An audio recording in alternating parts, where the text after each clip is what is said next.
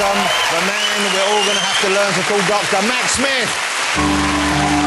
Doctor, doctor, give me the news. I got a bad case of loving you. No girl's gonna kill my ass. I got a bad case of loving you.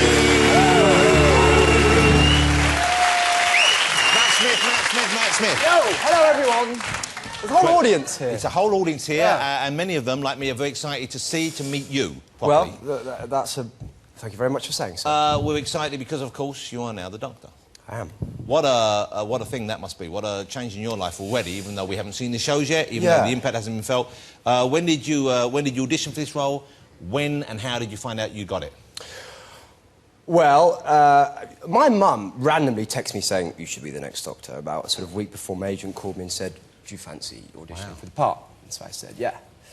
And then I went for 2 kind of secret auditions where you have to sign in. Yeah, they've got to keep them secret. There's a big interest in this. Yes, yes. I mean, you know, we're showing the new ep on the 3rd and it feels like a massive security breach, frankly. But anyway, so I auditioned and I thought nothing of it, really, and it was in a very trashy hotel. And then I got a call back from my agent saying, yeah, you can go again. So I went for the second one. I just tried to do it as sort of clearly and creatively and honestly as I could, which is all you can ever do, you know? Matt, let me interrupt you. When you audition, do they give you a script of a Doctor Who episode? Do they ask you to do something from you? So they give one that's been out already or a new one? No, they gave me Ep 1.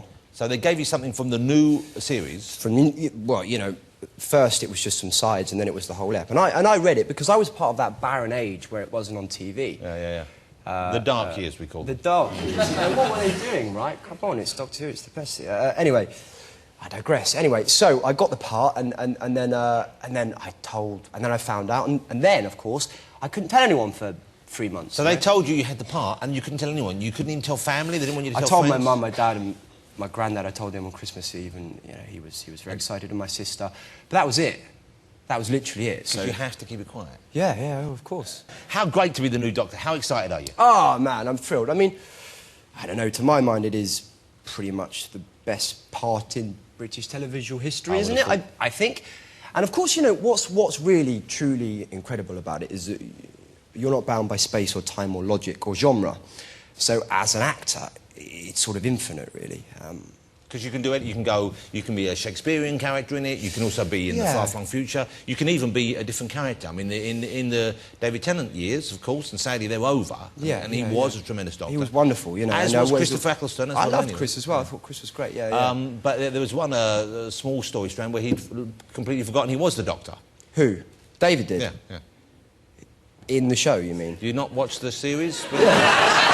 Oh, sorry, you mean in the actual, as a narrative structure? Real life, he didn't right, lose of course, He didn't wake up and said, oh, I'm out of work. Be worrying, wouldn't it? I'm saying, as an actor, that must be great knowing you don't... the infinite possibilities, nearly. Yeah, it is. I mean, it's something that, obviously, as the series goes on, you realise more and more, and I think my Doctor probably becomes more assured as the series evolves and develops. And, I mean, you know, of course, it's infinite narrative, and therefore there are infinite multitudes of the character that you can explore and that sort of become more and more interesting. I mean, we meet the companion in a very ingenious way. I showed it you earlier. I've got this to show you, sir. This is the new Sonic screwdriver, man.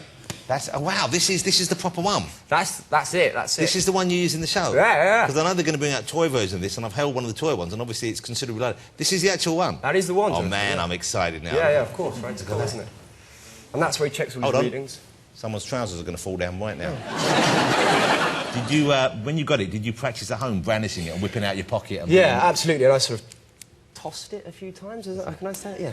There you are. And that's where he checks his readings.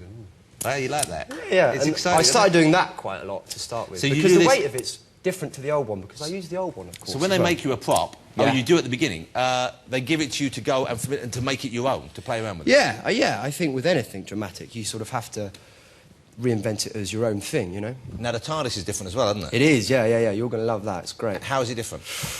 Again, I can't give too much away. Oh, come on. It's bigger. There you go, it's bigger. Well, how can it be bigger? Well, it's bigger.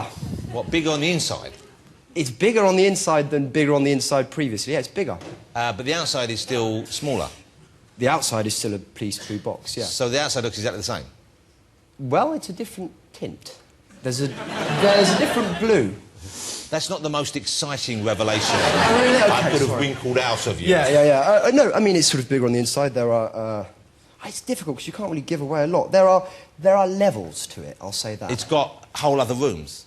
Oh, yes, it's got whole other rooms, yes. It's got a pool and a library and... It has got a library, hasn't it? Yeah. Is there like a hot tub in there for like smoochy nights? For alone time with me and Amy, yes. Yeah, yes, and yes. so Amy is the new companion. Yes, the lovely new companion played by Karen Gillan, who's Karen who's Gillan, a dream. lovely young actress, and they've gone for a ginger lady again. They have, yes, a fiery red. Is this a kind of like a proactive thing? They're trying to welcome them back into the bosom of... No, because a ginger person gets a bad time, can get a hard time in the UK, the Right, ginger okay. mingers. And now they're saying, that's what people call them. And so they're saying, no, look. Redheads are cool. A doctor loves a redhead person. Boom. Yeah, I think gingers are pretty hip. I mean, you've seen her. She's a 10. Sober 10 or drunk 10? No, I wouldn't do them. No, yeah. No, it's a joke. It's a joke. We have a clip. I couldn't be more excited about this. This is a sneak peek at a scene which I think is in episode 6. So, I can tell you about Ep6 then, eh? You know, Well, yeah. once we've seen this, yeah. but Okay. before we do, how many are there in this series, and how many have you finished shooting them all already? Yeah. So you finished shooting all of them? We've shot 13, and so we've done all 13, and it's strange, you know. You spend your, because it takes up all your time. Just the line learning is extraordinary. So it's strange now to suddenly hand it over, and people are gonna. So you can relax a little bit. Yeah, well, I guess so. Yeah. Okay, let's have a look. This is from episode 6. Can you tell us anything about this? Do you want me I to... can. This episode is called Vampires in Venice. And you didn't shoot it in Venice, presumably? No, we shot it in Croatia, which doubles up rather superbly for Venice, I must say. So you shoot some in Wales, and then you do go to parts of Croatia or... Some stuff is on location, yeah. And we went to a forest called Puzzlewood, and we went to Stonehenge. So, so there's a Druid episode. Yeah, which is rather glorious. And we got to go in the middle of it, which was... Were you remotely tempted to carve your initials in one of them? Absolutely. I wanted to climb on one, but they wouldn't let you? weren't having any of it. Yeah. Let's have a look now then. Vampires in Venice, look at this.